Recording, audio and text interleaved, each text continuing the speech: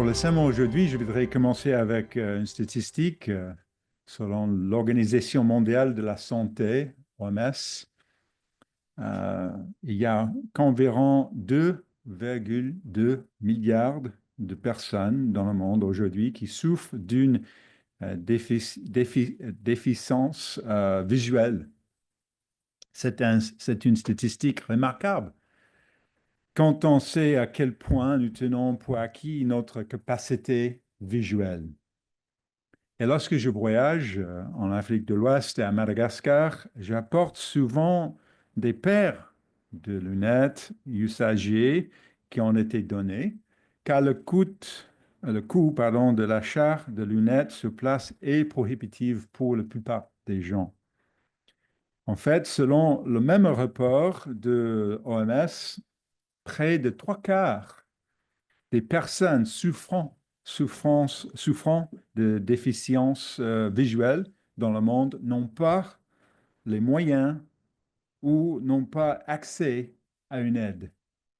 Cela représente plus d'1,5 milliard de personnes qui ne peuvent pas lire facilement les pages de la Bible, ou peut-être vous êtes en train de lire la Bible sur son portable, mais ils ne peuvent pas même lire les pages de la Bible qui est devant nous au cours de ce sermon.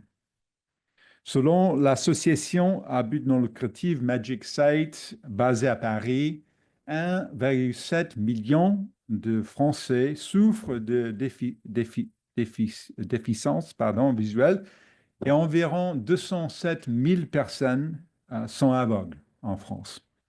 Les personnes souffrant de cette maladie en France sont parmi, franchement, les plus chanceuses car elles ont accès aux services de santé, ce qui n'est pas le cas de beaucoup d'autres personnes dans le monde. Mais quand même, cela ne change rien à la souffrance et la difficulté d'être aveugle. C'est une grande épreuve de souffrir de cécité, une affliction dont il se réjouirait d'être libéré, bien sûr. Et aujourd'hui, j'aimerais partager l'histoire d'un homme qui était né aveugle et qui a été guéri par la suite. Et on est content de lire l'histoire, bien sûr, de sa guérison dans la Bible, mais en même temps, on peut en tirer quelques leçons par rapport à nos propres déficits visuels. Non pas nos déficiences visuelles physiques, mais nos déficiences visuelles spirituelles, nos angles morts spirituels. Et lorsque nous avons terminé de lire l'histoire, j'aimerais partager 12 points, oui, 12 points, mais petits points, mais quand même 12 points pratiques que nous pouvons utiliser pour révéler nos angles morts personnels avant la Pâque. Je vous invite à vous rapporter, s'il vous plaît, à 1 Corinthiens 11, versets 23 et 29. 1 Corinthiens chapitre 11, versets 23 et 29. Et à examiner ce sujet dans le contexte de la Pâque, et c'est des jours de pain sans levain. Nous étions, avant l'Assemblée aujourd'hui, nous étions en train de regarder le calendrier hébreu, et je crois que c'est demain soir. C'est le premier Abib. Peut-être M. Goris peut vérifier ça pendant le sermon, mais je crois que c'est demain soir commence le premier Abib, premier Nissan, le calendrier hébreu. Et bien sûr, c'est le 14 qu'on observait la Pâque. Donc, 1 Corinthiens 11, verset 23, car j'ai reçu du Seigneur ce que je vous ai enseigné, c'est que le Seigneur Jésus, dans la nuit où il fut livré, prit du pain, et après avoir rendu grâce, le rompit et dit, ceci est mon cœur qui est rompu pour vous, faites ceci en mémoire de moi. De même, après avoir soupé, il prit la coupe et dit, cette coupe est la nouvelle alliance en mon sang. Faites ceci en mémoire de moi toutes les fois que vous en boirez. Car toutes les fois que vous mangez du pain et que vous pouvez cette coupe, vous annoncez la mort du Seigneur jusqu'à ce qu'il vienne. C'est pourquoi celui qui mangera le pain et boira la coupe du Seigneur indignement sera coupable envers le corps et le sang du Seigneur. Que chacun donc s'éprouve soi-même et qu'ainsi il mange du pain et boive la coupe. Et finalement, verset 29, car c'est lui qui mange et boit sans discerner le cœur du Seigneur, mange et boit un jugement contre lui-même. Contre lui-même. L'apôtre Paul voulait faire comprendre à l'église de Corinthe que la Pâque n'était pas une fête comme les autres donnée en l'honneur des dieux grecs. Il ne s'agissait pas de s'amuser ou de se retrouver entre amis. Cette fête exigeait une préparation et une réflexion préalable. Elle exigeait qu'ils se regardaient eux-mêmes et qu'ils se demandent si ils imitaient le comportement de Jésus-Christ. Et nous utilisons souvent l'expression s'examiner soi-même, mais la traduction de Louis II ici est se mettre à l'épreuve. Se mettre à l'épreuve. Nous devons passer dans un sens un examen, comme à l'école, et voir quelle note nous allons recevoir. Serait-elle un 20 sur 20 ou un 2 sur 20? On va voir. Et pour ce qui est d'imiter le comportement de Jésus-Christ, Paul commence même le même chapitre. Vous pouvez regarder le verset 1 de ce chapitre, chapitre 11, verset 1. Soyez mes imitateurs, comme je le suis moi-même du Christ. Donc, ça c'est important, ça c'est le point ici. Nous ne pouvons pas examiner les choses malheureusement, ça c'est le cas avec nous, que nous ne pouvons pas voir. Il faut regarder, il faut voir les choses en nous. C'est comme faire, par exemple, une dictée à l'école. Je sais, j'imagine que tout le monde est au courant avec une dictée. Vous écrivez les mots, mais ce n'est qu'une fois que le professeur à noter votre copie que vous pouvez voir vos erreurs. Je me souviens d'avoir fait une dictée à l'Alliance française ici à Bordeaux et d'avoir pensé que j'avais bien travaillé, mais d'avoir reçu les résultats. Et ce n'était pas si facile de voir cette page pleine de rouge avec tous les erreurs comme ça. Voilà. Donc, ça, c'est vraiment l'exemple que nous avons ici. C'est une sorte de test. Donc, le titre de sermon d'aujourd'hui est Découvrir nos angles morts. Découvrir nos angles morts. Commençons donc par examiner l'histoire d'un homme guéri de sa cécité dans Jean 9. Donc, reportez-vous s'il vous plaît à Jean 9 et on va passer pas mal de temps. On va lire presque toute l'histoire ici parce qu'il y a beaucoup de leçons à tirer. Donc, reportez-vous à Jean 9, verset 1 et on peut commencer l'histoire, première partie de ce sermon. Jean 9, verset 1. Jésus vit en passant un homme aveugle de naissance. Ses disciples lui posèrent cette question, Rabbi, qui a péché, cet homme ou ses parents, pour qu'il soit né aveugle? Jésus répondit, ce n'est pas que lui ou ses parents aient péché, mais c'est enfin que les œuvres de Dieu soient manifestées en lui. Permettez-moi de faire une petite pause, une petite parenthèse ici et de faire un commentaire sur la guérison. Il y a de nombreuses années dans l'Église de Dieu, peut-être il y a 50 ans, certains pensaient que si nous obéissons soigneusement à tous les commandements de Dieu, nous ne tomberions pas malades. Si nous sommes fidèles, travaillant dur pour éviter le péché, alors Dieu nous protégera de la maladie. Ce passage devrait nous aider à mieux comprendre que Dieu a de plus grands desseins pour nous. Bien sûr, Dieu nous bénit et veut nous protéger de la maladie comme un père aimant. Mais s'il y a un objectif spirituel et qu'il souhaite l'accomplir en nous au moyen de la maladie, alors il permet parfois des problèmes de santé, comme il l'a fait dans le cas de cet homme.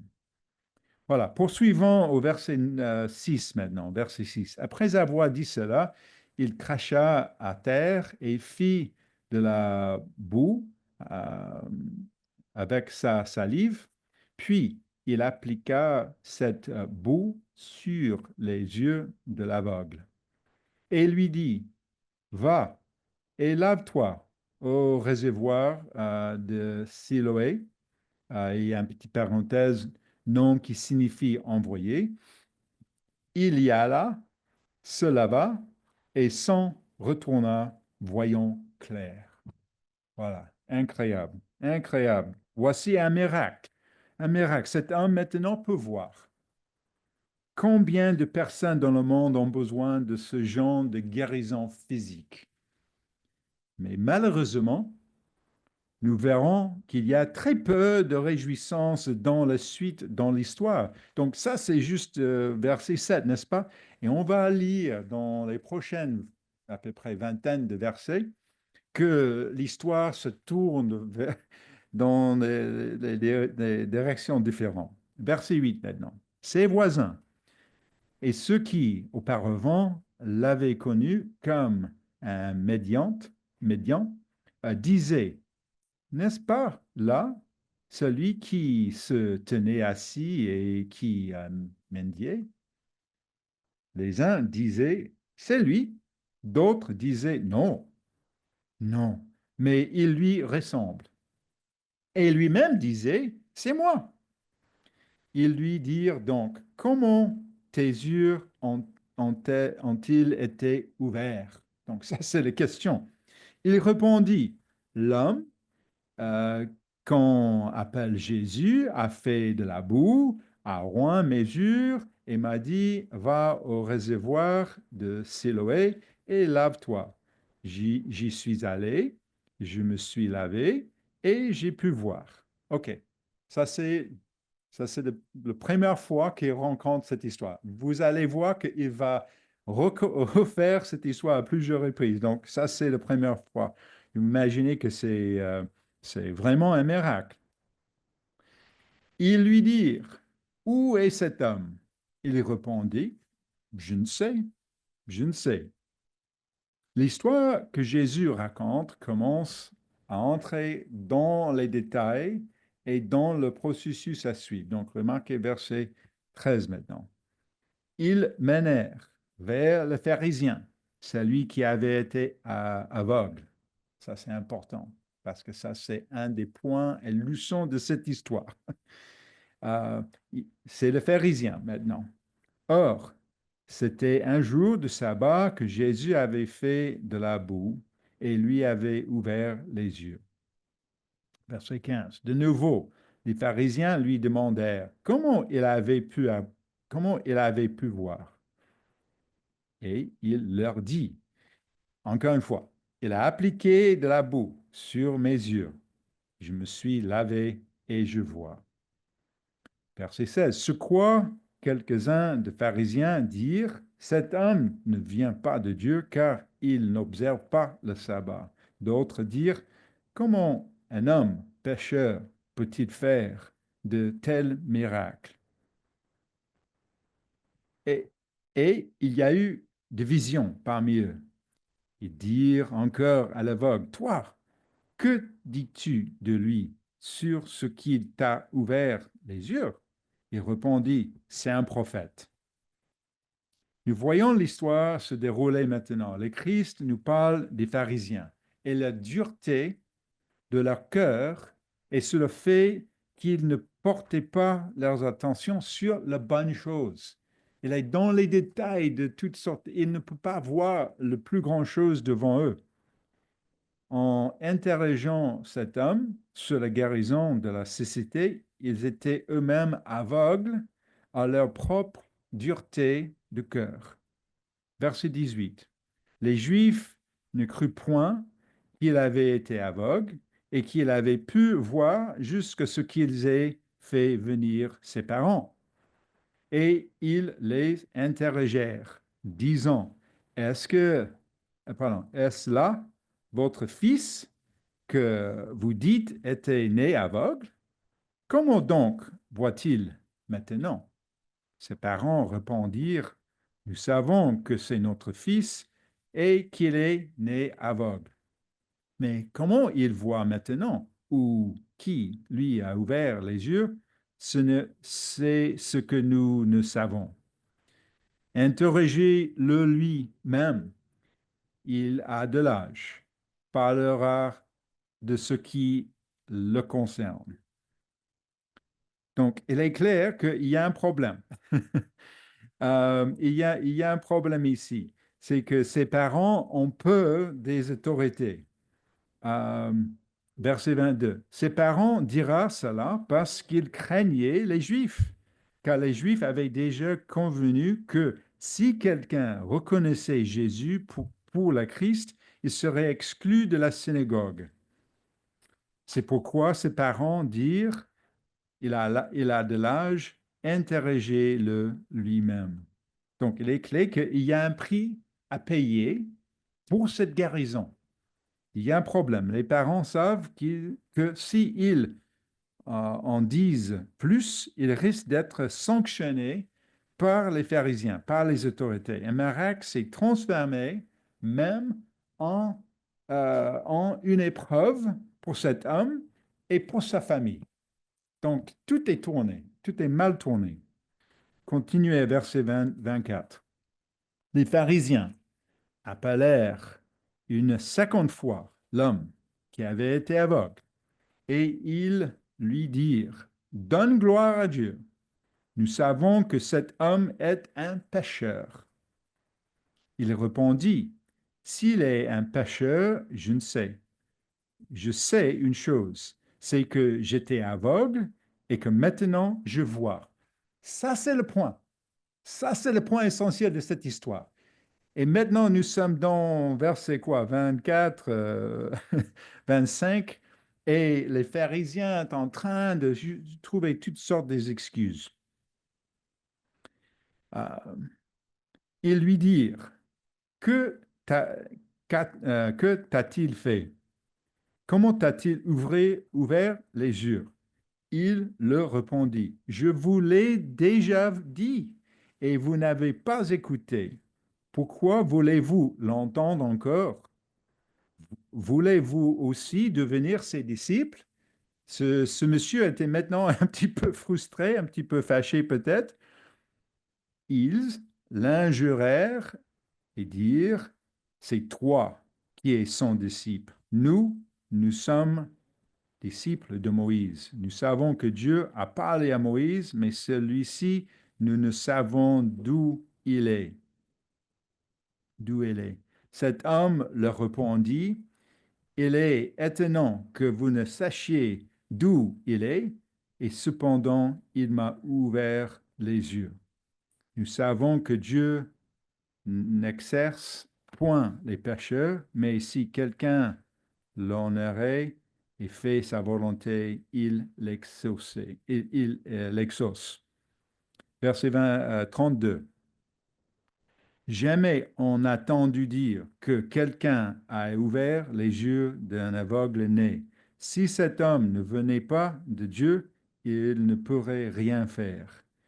Ils lui répondirent, tu es né tout entière dans le péché et tu nous enseignes, et ils le chassèrent. Donc, la fin de cette histoire, c'est que cet pauvre monsieur ne peut pas assister au synagogue dès que ce moment-là. Pouvons-nous voir l'angle mort de pharisiens? Ils l'ont littéralement chassé de la synagogue. Leur propre frustration et leur colère les ont conduits à ignorer la bonté évidente de ce qui avait été fait ici. Ils n'ont pas pu se réjouir de ce miracle avec cet homme. Ça criait un argument, ça a créé la frustration, ça a créé la colère, ça a créé l'ingère. Tout est bien mal tourné. Je crois que bien oui, vous pouvez voir ça. Mais comme il est facile de voir le problème chez les autres, ou dans une histoire comme celle-ci, mais de ne pas voir nos propres attitudes qui doivent changer. Donc, il est plus facile, bien sûr, de voir ça. À maintes reprises, Jésus a confronté à leur propre hypocrisie, la hypocrisie des pharisiens, ceux qui prétendaient suivre Dieu. Mais si vous considérez un instant que Jésus a enseigné à ses disciples, parce que ça, c'est franchement pour ses disciples, ce qu'il ne fallait pas faire. Il savait que le jour viendrait, Jésus, bien sûr, il sait que le jour viendrait où ils devraient administrer et diriger eux-mêmes l'Église. Il savait que le jour viendrait où ils devraient avoir la sagesse et le discernement nécessaires pour ne pas simplement suivre leurs penchants et leurs tendances humaines naturelles, mais avec l'aide de l'Esprit de Dieu, ils devraient se poser des questions difficiles sur eux-mêmes. Alors, la question pour les pharisiens et la question pour nous est la suivante. Comment pouvons-nous permettre à Dieu de nous révéler nos angles morts? Comment pouvons-nous permettre à Dieu de nous révéler nos angles morts? Ça, c'est difficile parce que c'est un angle mort. On ne peut pas voir même les choses. Alors, avec le temps qui reste, je souhaite partager avec vous 12 points, façons différentes dont Dieu peut vous révéler ces choses que vous ne pouvez pas voir en vous-même maintenant, en moi-même. Nous parlons souvent des choses à un certain niveau élevé, mais aujourd'hui, je veux être aussi pratique que possible. Alors, pour chaque point, je vais vous donner un verset biblique qui est la base biblique de ce point. Et c'est à vous de déterminer comment cette méthode peut vous aider. Peut-être cette méthode ne peut pas, c'est pas applicable à vous. C'est à vous à déterminer. Comprendre et identifier nos propres angles morts pour constituer une étape cruciale vers le développement personnel pour nous et l'amélioration de nos relations humaines, mais surtout avec notre Créateur. Et avant le Pâques, je crois que c'est essentiel. Les angles morts sont des domaines dans lesquels nos perceptions, nos pensées ou nos comportements ne sont pas totalement visibles à nous-mêmes, tout en ayant un impact négatif important sur notre vie. Voilà, on va commencer avec notre 12 points. Premier point, demandez l'avis des autres. Demandez l'avis des autres. Donc, reportez-vous, s'il vous plaît, à Proverbe 15, verset 22. Proverbe, donc vous pouvez compter, il y a à peu près 12 passages qui restent. Proverbe 15 et verset 22. 15, verset 22. Les projets échoués faute d'une assemblée qui délibère, mais ils réussissent quand il y a de nombreux conseillers. L'un des moyens les plus efficaces de découvrir nos angles morts consiste à demander l'avis d'autres personnes en qui nous avons confiance, que vous avez confiance. Il peut s'agir d'amis, de membres, il peut s'agir des amis, membres de la famille, des collègues ou les coachs, les mentors. Nous devons être ouverts à recevoir leurs leur point de vue et éviter d'être sur la défensive. Un retour d'infos constructives peut mettre en évidence des domaines d'amélioration que vous n'auriez pas envisionné avant. Il est important de demander conseil à des personnes qui ne se contenteront pas d'être d'accord avec nous, mais que seront directs et honnêtes quant à nos faiblesses et la façon dont ils se tenaient traités par nous de temps à autre. Donc, demander l'avis des autres. Premier point. Deuxième point, journal de réflexion. Journal de réflexion. Donc, reportez-vous s'il vous plaît à Lamentation 3. Lamentation 3, on ne regarde pas beaucoup le livre de Lamentation, ça c'est juste après le livre de Jérémie. Lamentation chapitre 3, verset 40. C'est bien de lire ça ici. Journal de réflexion. Jérémie 3, 40. Recherchons nos voies et sondons-les et retournons à l'Éternel. Tenir un journal dans lequel vous réfléchissez régulièrement à vos pensées, vos sentiments et vos comportements pour vous aider à identifier des schémas et des incohérences par rapport à ce que vous professez être. Notez les incidents ou des interactions spécifiques et intellisez-les sans vous justifier en mettant le blâme sur les autres pour vos réactions. Il faut éviter ça, bien sûr. Ce processus de autoréflexion peut vous faire prendre conscience de certains aspects cachés.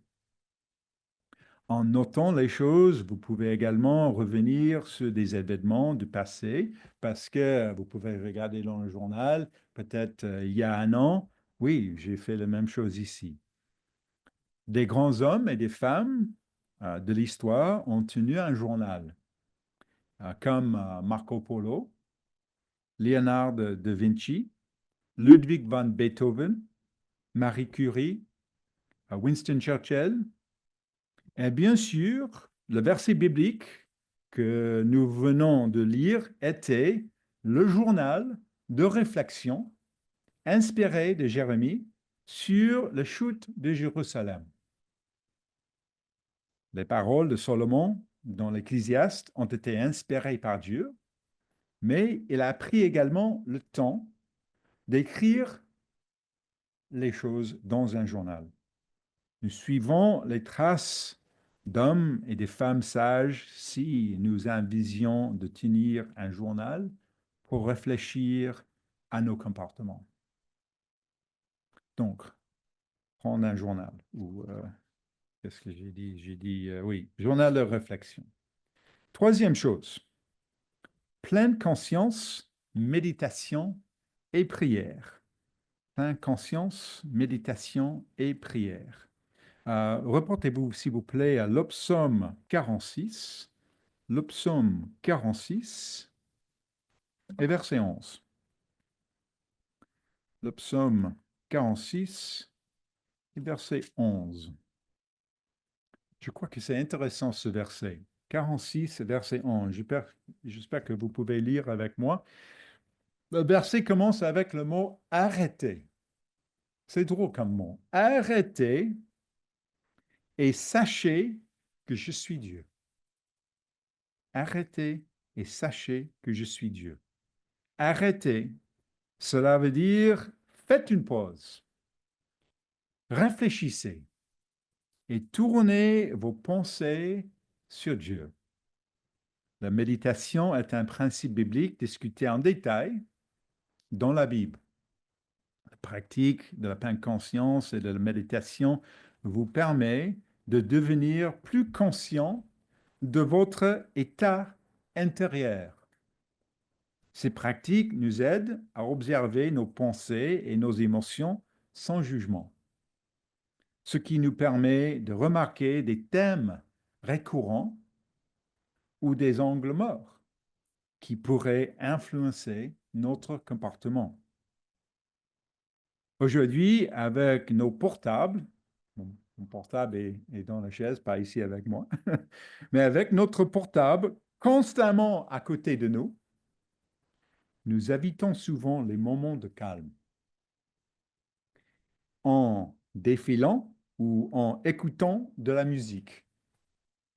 Or, les recherches montrent que c'est lorsque l'on s'ennuie que l'esprit commence vraiment à travailler.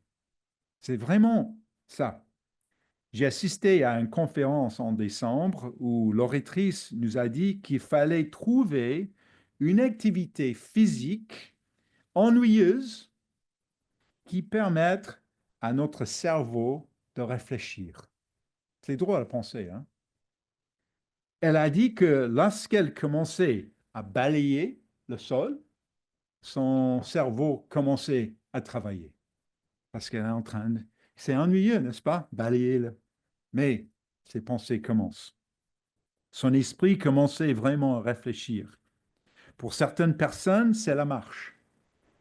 Quoi qu'il en soit, nous devons passer du temps sans portable, sans technologie et sans distraction.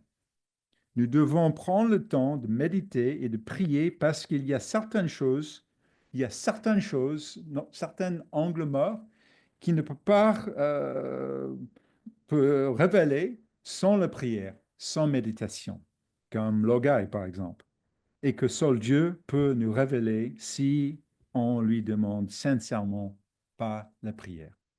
Alors, pleine conscience, méditation et prière. Quatrièmement, évaluation de la personnalité. Wow!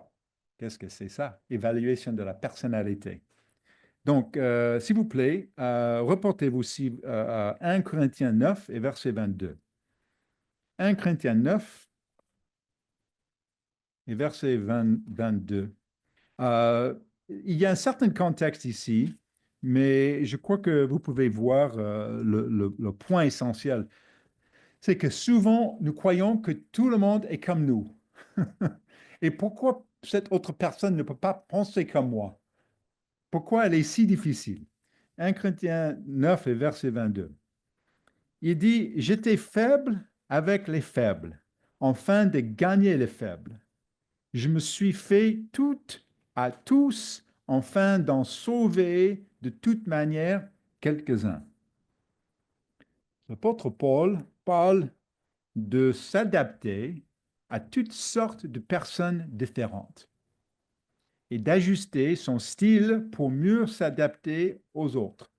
Donc, il faut comprendre notre style, n'est-ce pas? Paul comprenait sa forte personnalité, mais il était prêt à se rendre faible pour concentrer avec les personnes plus faibles. Savoir évaluer votre personnalité peut vous donner un aperçu de vos forces et de vos faiblesses. Il vous permettre de comprendre comment vous réagissez par rapport à les réactions des autres. L'un des outils les plus connus est l'indicateur de type Myers-Briggs. C'est M-Y-E-R-S, Myers-Briggs, B-R-I-G-G-S. Vous pouvez taper sur Internet et vous trouvez. Mais il en existe beaucoup d'autres, beaucoup d'autres. Je me souviens, en 2004, j'ai entendu un ministre de l'Église du Dieu uni qui a utilisé le test de l'indicateur Myers-Briggs pour montrer comment les 4 évangiles reflètent les différents types de personnalités de leurs auteurs. C'est vraiment intéressant. Il a montré dans son sermon qu'en fonction de notre type de personnalité, nous aurons une affinité avec l'un ou l'autre des auteurs des évangiles. Personnellement, j'aime l'évangile de Marc parce que j'aime que l'histoire soit très réelle et qu'elle entre dans les détails. C'est pour ça que moi j'aime beaucoup Marc, parce qu'il est très réel. D'autres aiment les thèmes généraux qu'elle entre et profonds de l'évangile de Jean, les narratifs très longs avec les histoires que nous avons lues, par exemple, il y a un instant dans Jean 9. Tandis que d'autres encore appréciaient la nature systématique du livre de Luc. Comprendre notre style nous aidera à voir nos faiblesses et nos angles morts potentiels.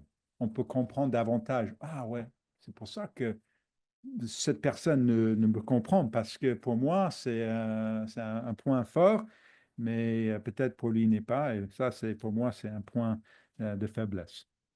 Voilà, donc, style de personnalité.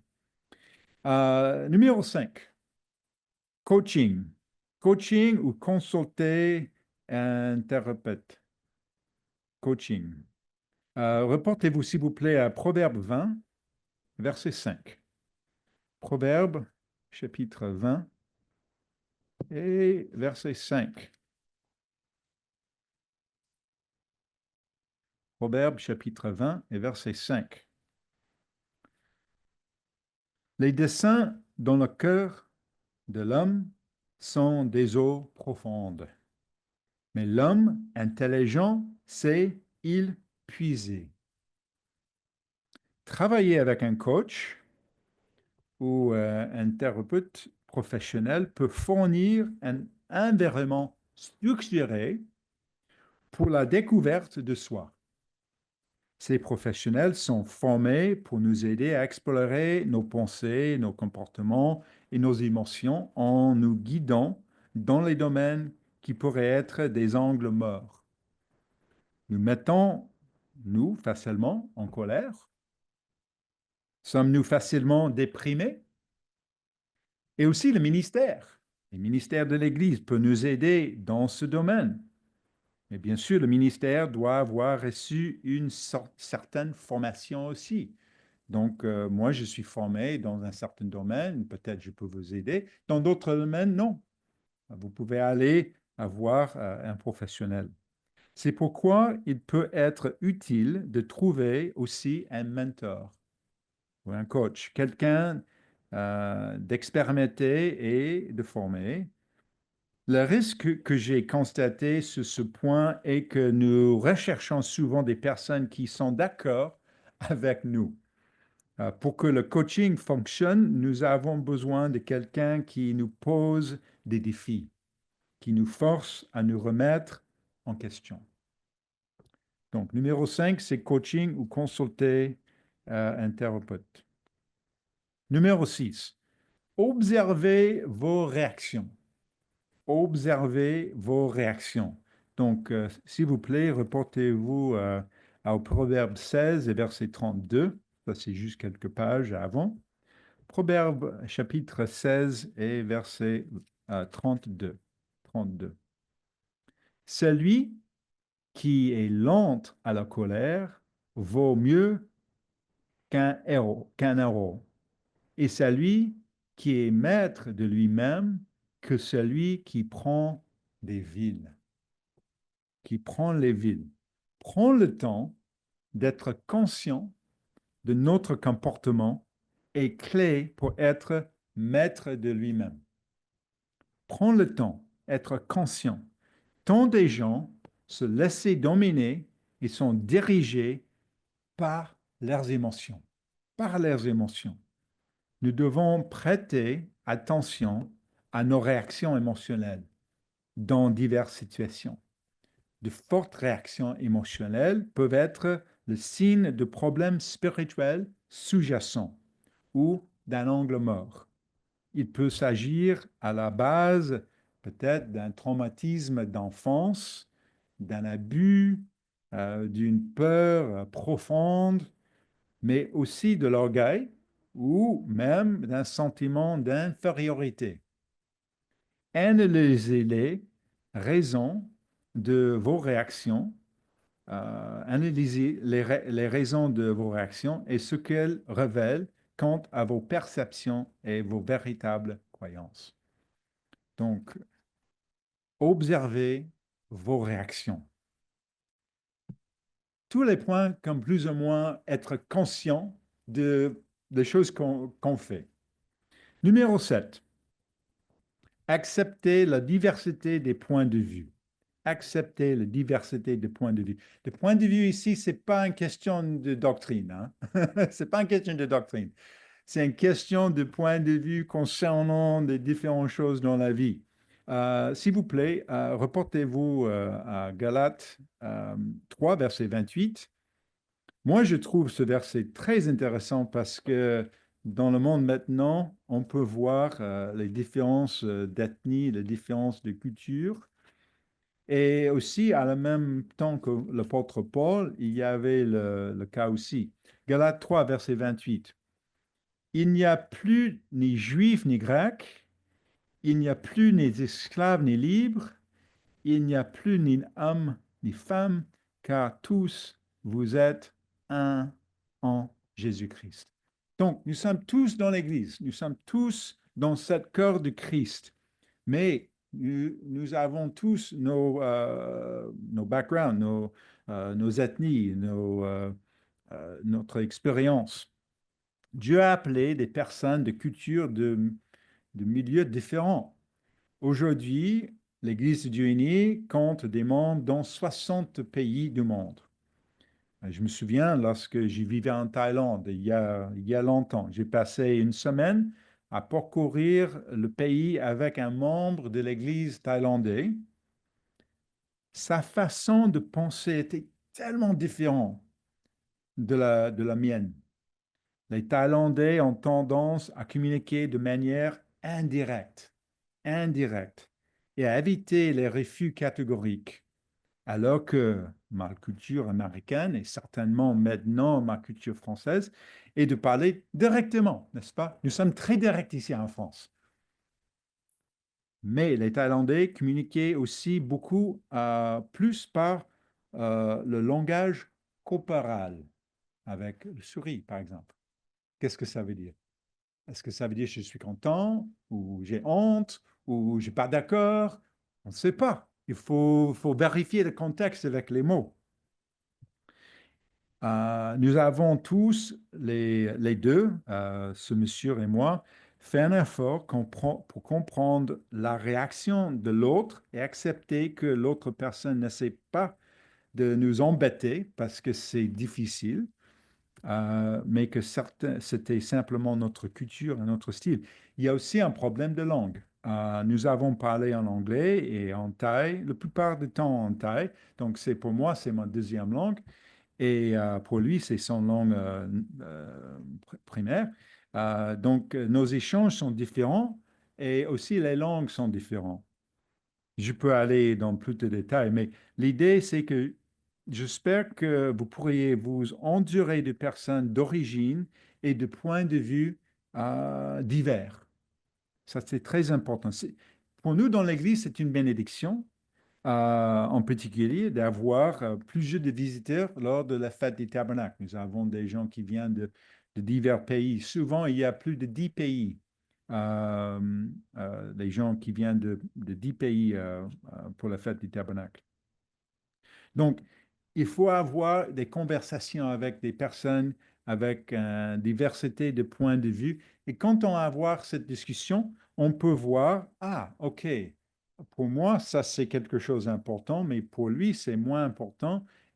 Pourquoi ça c'est si important pour moi? Peut-être c'est quelque chose que je ne comprends pas assez profond pour moi. Donc ça c'est accepter la diversité des points de vue, numéro 7. Numéro 8, procéder à des auto-évaluations régulières. Procéder à des auto-évaluations régulières.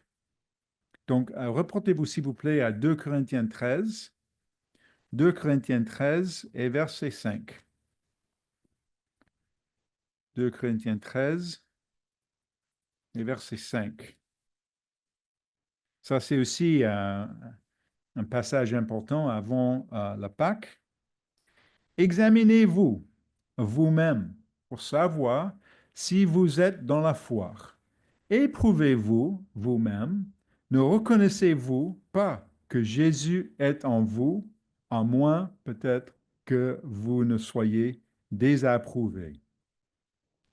Donc, c'était mon plan d'avoir une liste pour vous aujourd'hui. Je ne peux pas le trouver. Il y a une liste qui était créée par un ministre de l'Église il y a plus de 20 ans.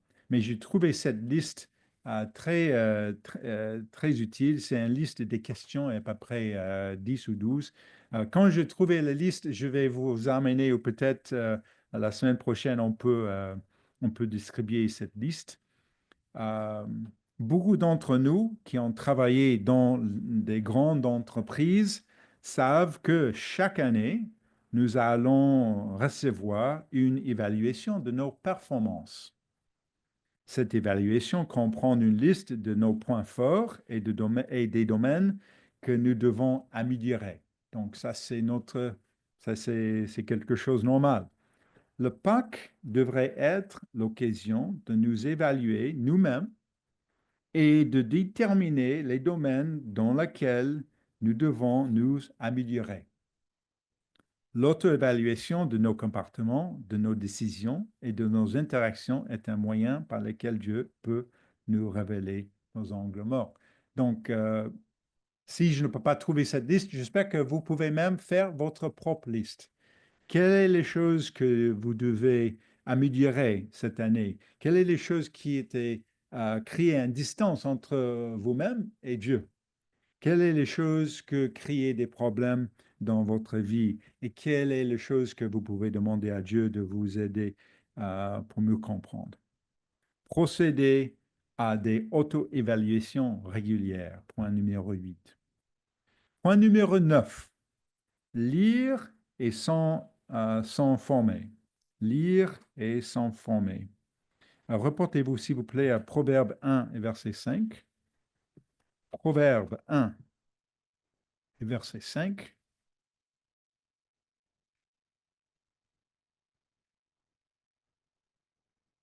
Si je peux trouver Proverbe 1, verset 5. Que le sage écoute, et il augmentera son savoir. Et celui qui est intelligent acquérera de l'habilité. Donc, la lecture et l'étude de la parole de Dieu peuvent nous aider à mieux nous voir comme Dieu nous voit. Donc, bien sûr, on dit lire la Bible. C'est pourquoi nous avons le programme de lecture de la Bible. C'est pourquoi on parle toujours de lire les choses dans la Bible. Dans cet exemple, par exemple, les proverbes, les psaumes, les récits de patriarches dans la Genèse nous aident à voir comment Dieu travaille avec son peuple et comment il veut travailler avec nous. En outre, de nombreux livres et articles sur l'amélioration de soi et l'intelligence émotionnelle peuvent nous éclairer sur les points faibles les plus courants. S'informer sur ces sujets peut nous aider à reconnaître les domaines dans lesquels nous ne sommes pas conscients de ce que nous faisons de mal. Donc, prends le temps de lire, prends le temps de faire des recherches, de renseigner. Bien sûr, commence avec la Bible parce que toutes les sagesses est dans la Bible. Lire et s'informer, numéro 9. Numéro 10, pratiquer l'écoute active. Pratiquer l'écoute active. Donc, reportez-vous, s'il vous plaît, à Jacques 1, verset 19. Jacques, chapitre 1 et verset 19. Jacques, chapitre 1 et verset 19. Sachez-le, mes frères bien-aimés, ainsi que tout homme soit prompt à écouter, lent à parler, lent à se mettre en colère.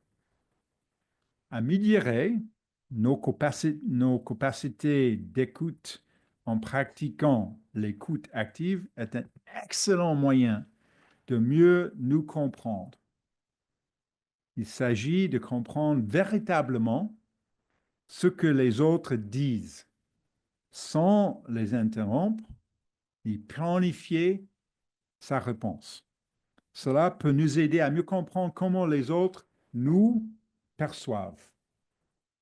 Certaines personnes peuvent être confuses à ce sujet, pensant Comment l'écoute peut-elle m'aider à me voir moi-même? Bien souvent, lorsque nous parlons aux gens, nous n'écoutons pas vraiment. Nous planifions simplement ce que nous allons dire ensuite. Si nous écoutons vraiment, nous pourrions entendre ce que l'autre personne veut nous dire et aussi nous pourrions mieux percevoir leurs besoins émotionnels du moment. Cela signifie qu'il faut observer son langue corporelle, comme j'ai mentionné avec mon ami en Thaïlande, et chercher à comprendre si elle essaie de nous dire quelque chose d'une manière délicate. Parce que de temps en temps, les gens sont en train de dire quelque chose délicat à nous, et nous, on ne peut pas voir vraiment leurs intentions parce qu'on n'écoute pas assez active. Voilà, écoute active. Numéro 11. Analyser nos décisions. Analyser nos décisions.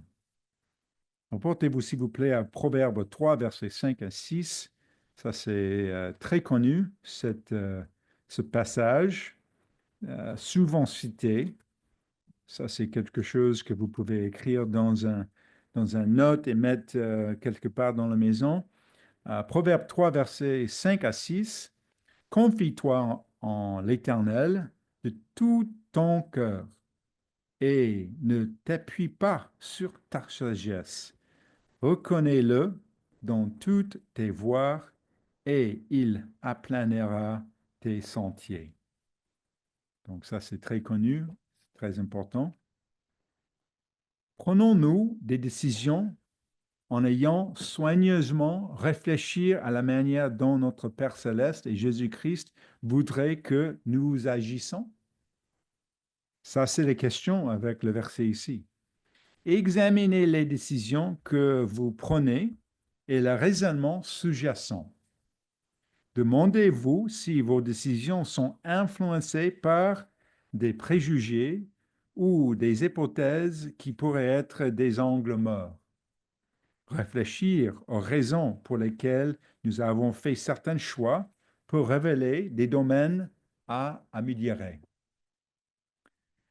Pour moi, en réfléchissant à ma vie, j'ai découvert que chacune des mauvaises décisions que j'ai prises dans ma vie était le résultat d'un problème non résolu dans ma vie.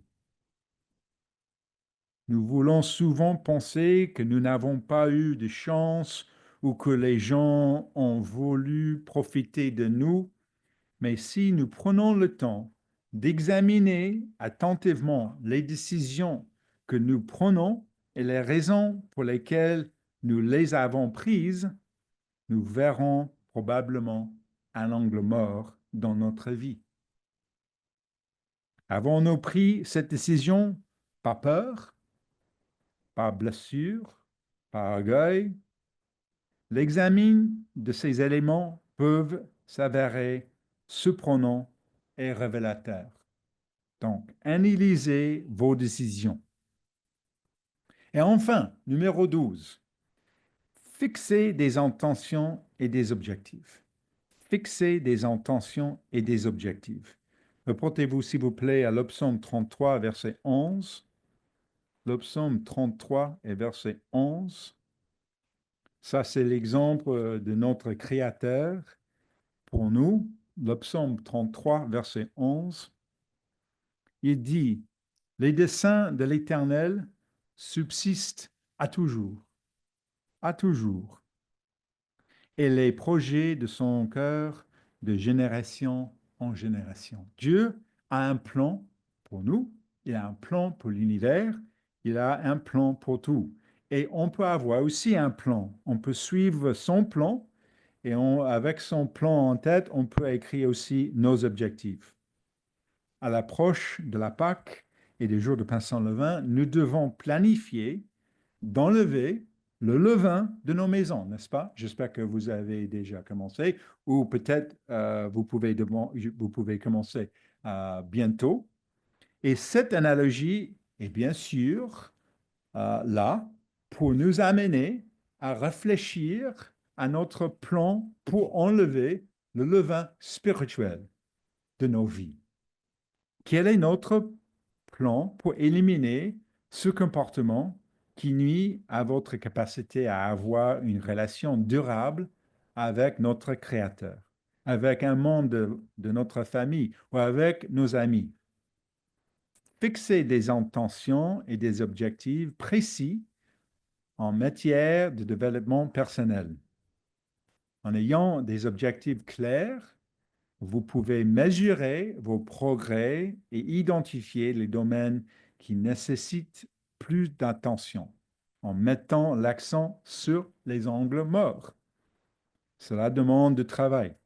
Il faut prendre le temps d'écrire les choses et d'y jeter un coup d'œil chaque jour sur les objectifs. Certaines personnes écrivent les objectifs sur une note autocollante qu'elles plaçaient sur, par exemple, le miroir de leur salle de bain. Peut-être quelques parmi vous ont fait ça. Une petite note jaune, écrit ça, mettre sur le miroir. Chaque matin, on peut voir l'objectif là. D'autres écrivent un verset biblique spécifique et le placent sur le frigo, par exemple. Voilà, il peut voir toujours le verset biblique sur le frigo pour s'en souvenir. Que ferez-vous pour vous fixer des objectifs et les atteindre? Voilà, 12 points en conclusion. J'espère que ces 12 points pour révéler vos angles morts vous en étaient utiles.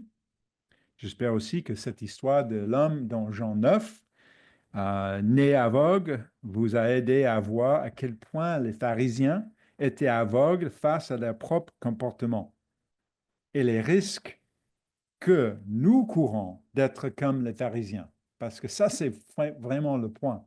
Quel est le point pour nous? De voir que nous avons aussi des angles morts aussi si évidents que les pharisiens dans l'histoire, mais on ne peut pas le voir. L'identification et la reconnaissance de nos propres angles morts est un voyage permanent qui exige de l'engagement, de l'humilité et la volonté de grandir. En recherchant activement un retour d'information, en réfléchissant à nos actions, en adoptant le plein conscience, tout en demandant à Dieu de nous aider à voir nos angles morts, et en utilisant la sagesse trouvée dans la parole de Dieu, nous pouvons découvrir et traiter le comportement négatif dont nous ne sommes pas conscients. La cécité physique est franchement un problème grave dans le monde. Mais honnêtement, la cécité spirituelle est bien pire. Jésus a dit à ses disciples de se méfier des aveugles qui conduisent les aveugles. Malheureusement, c'est ce que nous voyons dans le monde aujourd'hui. Ne soyons pas aveugles spirituellement. Cherchons à nous voir comme Dieu nous voit. Merci et bon sabbat.